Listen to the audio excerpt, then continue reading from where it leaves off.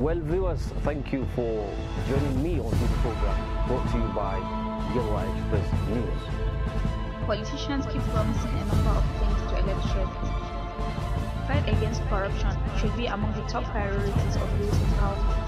This is a custom area where our investigation of tea is going on. Thank you, Bikizu, for that great report. Different things they want from their government when they come into power in 2019.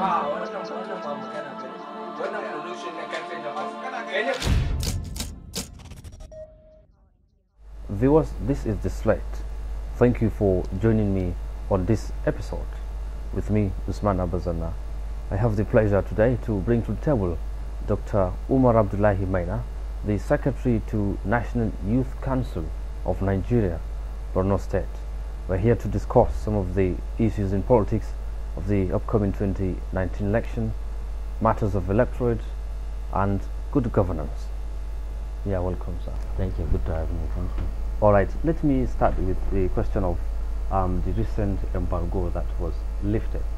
So the seasons of election and campaign will begin. What is your take? Thank you for throwing this timely question to me. As a State Secretary of the National Youth Council of Nigeria, who happens to be the representative or the engine room for the body that is responsible for coordinating all voluntary youth organizations in the state, including faith-based organizations like JNI, BB, and what have you. Yes. I think this is indeed a time that we need to call our constituency to order, because when we say an embargo of an election has been lifted, Yes. and campaign activities will kick off, Yes. then definitely there will be a very it's going to raise so many concerns in the minds of anybody who knows what elections is all about. Yeah. Because there is going to be a huge challenge, and of which most of those who are going to be culprit to those challenges Yeah. are our constituency, that is the young people. All right. And so it's a very serious source of concern for us, the youth representative, because it's going to be a very challenging moment for us, looking at the situation as it is now. All right. Let me say this. What will be your suggestion to form the talking point of the next coming election when it comes to good governance, infrastructure, and corruption? Well, actually, from all indication, we still have a long way to go in terms of capacity development, infrastructural development, employment opportunities, and other social infrastructure that need to be in place. So as such, this is a call that we will not relent in doing it at all times. We do believe that this current administration has taken deliberate effort to ensure that things have been put in place, but yet we still we still have a long way to go, because there are so many gaps that we still need to fill. Yes. Particularly when it comes to youth unemployment and infrastructural development. And coupled with the situation we find ourselves in this part of the country, where despite the poverty we are facing as a challenge, we were also burdened with a series of conflict situations that culminated in the terminating so many jobs that are available initially, which further compounded on the prevailing situation and make things very complex. So that means the talking point should consist infrastructural development, youth creation of youth employment, so that we can get rid of the over millions of young people we are having that are unemployed, and of course social and of course basic amenities in our communities. Okay. What of corruption? Corruption is equally very important, that we should look critically into it, and I believe particularly the federal government now has considered this as one of the key focus area that they wanted to make sure that they have nip in the bud. But you know, fighting corruption is never easy, as you all know, because when you fight corruption, corruption will definitely fight back. And as such, it's something that we need to stand firm and see that we have brought it to the barest minimal. Otherwise, this country will continue to remain at a static point. That's interesting. Okay, what are you doing in your capacity to promote hygiene in the political landscape of this moment? Actually, people like me who has limited resources to organize seminars and followed nooks and crannies to advocate or organize campaigns for youth group. We do actually organize that, but the frequency is not appreciable. So the only medium we use, which is very effective, the only mediums we use, because it's not only one, is that we basically use the social media to ensure that the majority of the young people who have access to internet and what have you are well enlightened with regard to the issue of bringing sanity to the campaign theater.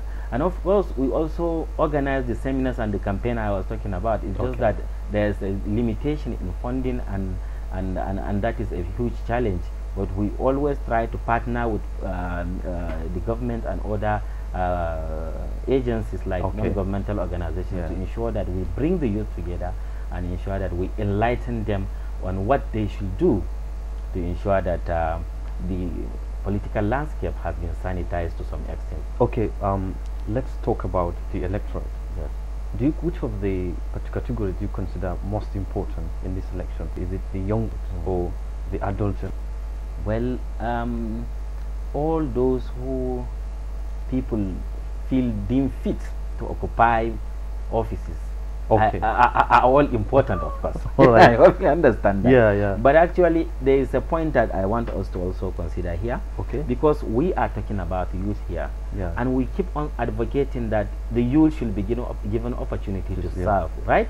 Particularly when it happens to be almost 50% of the population in the country, but lack representation at the leadership table, right? Yes. So this is exactly why I want to advocate that we should patronize our youth. We should ensure that we supported young, vibrant and determined aspirants who are committed to actually serve our interests. Okay, what did you see in youth? Yes. In youth? Yes. Actually, I see a figure of hope in youth, particularly those ones who are very responsible. Although there are some who actually quench my aspiration and hope, but of course, we all have this category of people wherever you find yourself. But actually, I see hope in our young people, particularly the most determined ones and the most committed ones. Okay, that's interesting. So, what is your take on issue of anti-corruption, good governance, transparency in the upcoming 2019 election year?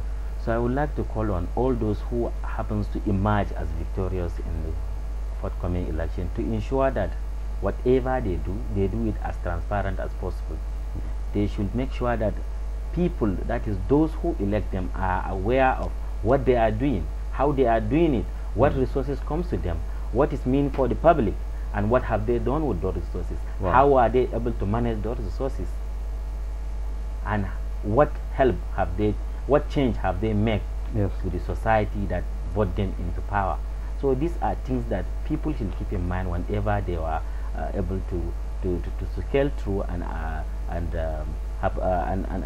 find themselves in positions of leadership after the election. All right.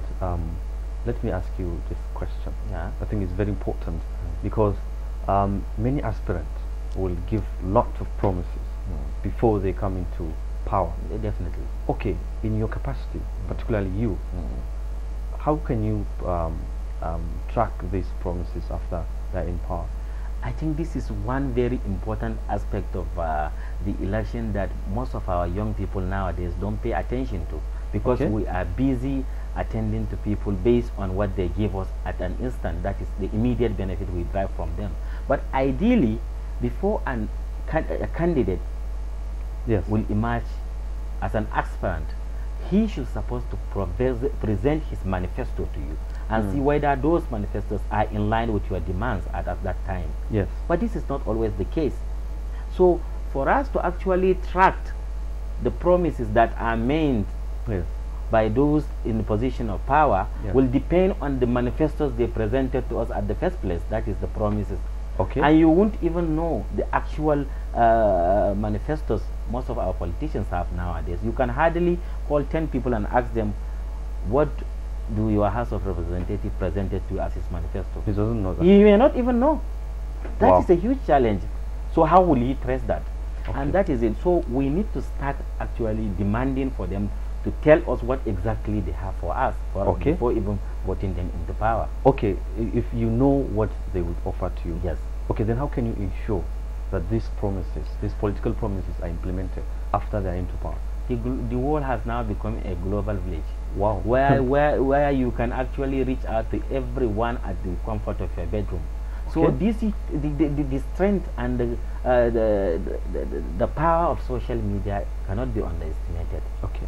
And as such, I will call on all youth to actually form groups where they can also always speak with the same voice.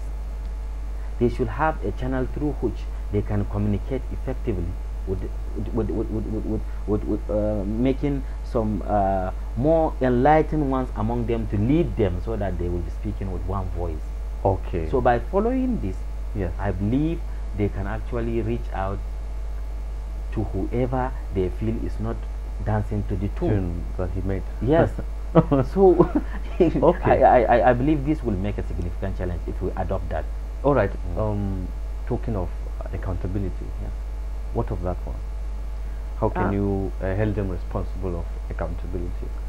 And that is exactly where we should actually shun the norms we make out of the current political situation in the country now. Okay.